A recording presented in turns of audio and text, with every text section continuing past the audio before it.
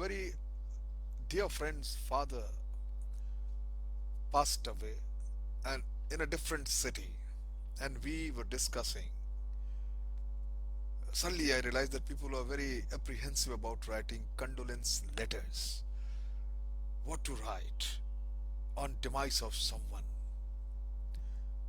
So I thought, let me share my experience of writing a condolence letter.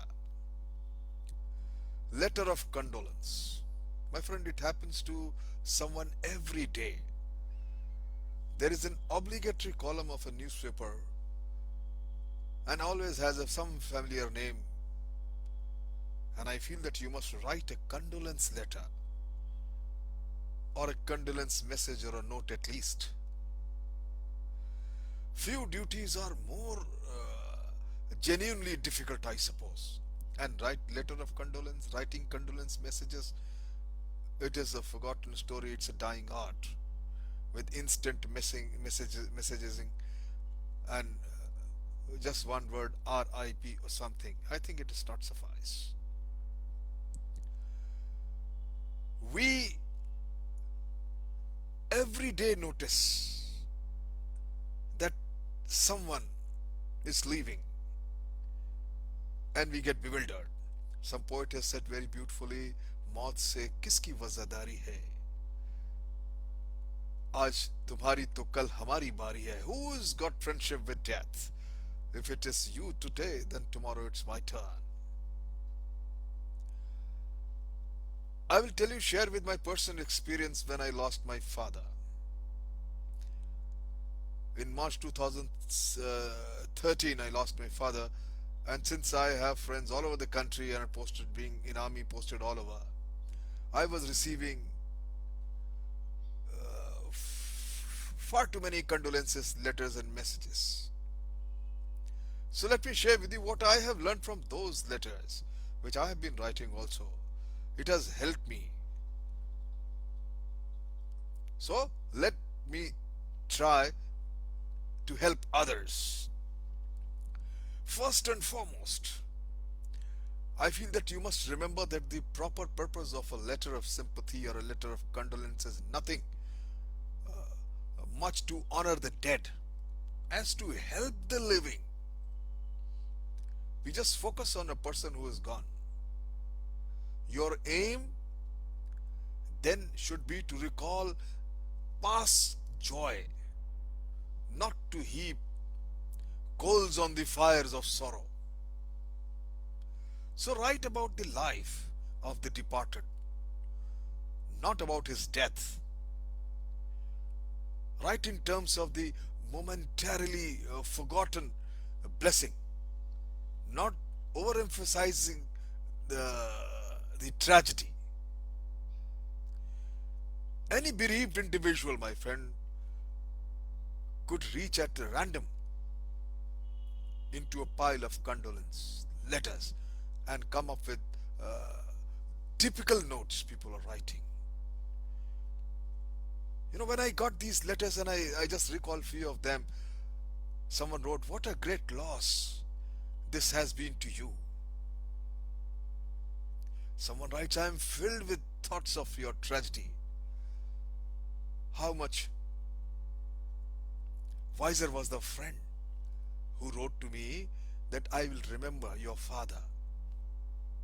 Gaiety, friendliness, and fine spirit.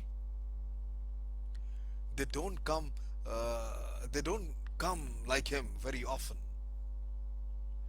Both you, your brothers, your sisters, and mother had been greatly blessed and singularly lucky to have his company, your person like your father, in your life. It's so nice to read. It's so pleasant. Remember, my friend, that a few comforting words are more welcome than pages of empty prose. And try to start and sustain happy memories. Every recollection of my father alive helped me and even continues to help me even today. It did me immense good to get a letter from a shopkeeper who wrote about my father's charm,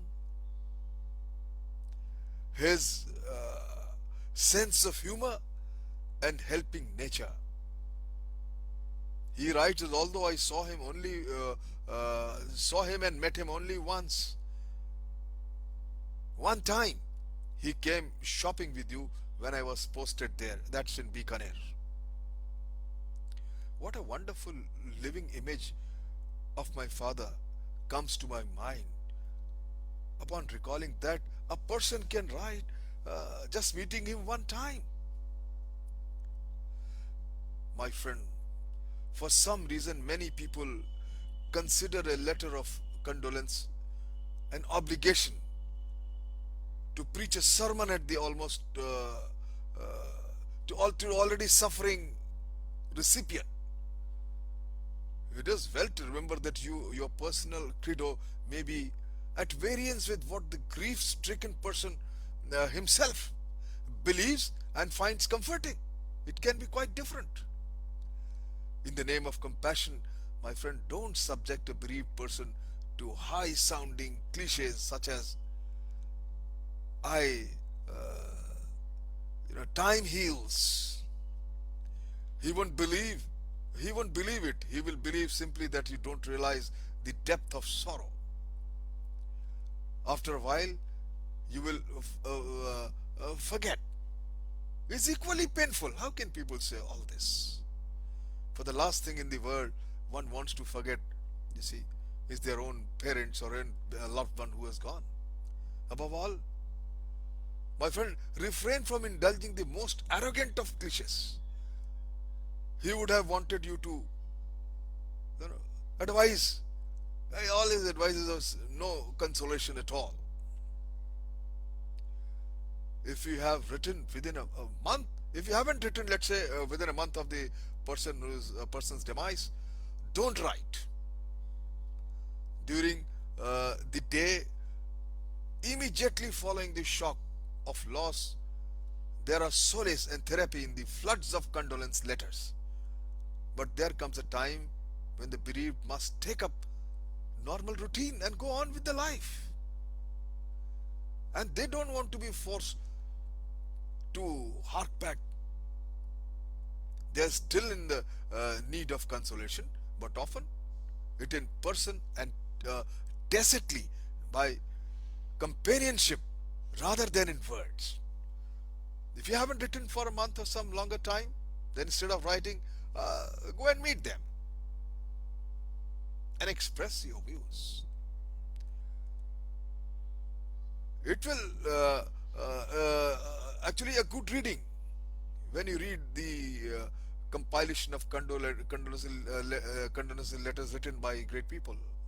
Amazing. One can learn from them too. One of the letters I have read, written by an author on death of his wife. Few words I remember. It's a long letter. It was published also. That you know how big a space you both have filled in our hearts. He wrote, she had, with all her reserves and references, a genius for affection, and to see you together was a lesson in the beauty of love. I know that things can never be the same for you again, but I want you to remember that your house was made by her, for me as for others, a place of loving pilgrimage, and that while we live, she will be remembered with deep affection and love. How beautifully he is writing to the person who has lost his wife, and remembering all his good qualities and beautiful thing. So it's very important to remember when you write a condolence letter, my friend, that the aim of the writing the letter of condolence or the letter of sympathy is much more to is much more than to honor the dead, and it is greater to help the living. You must always recall the good memories and put it down in a shortest and most beautiful words. Thank you very much.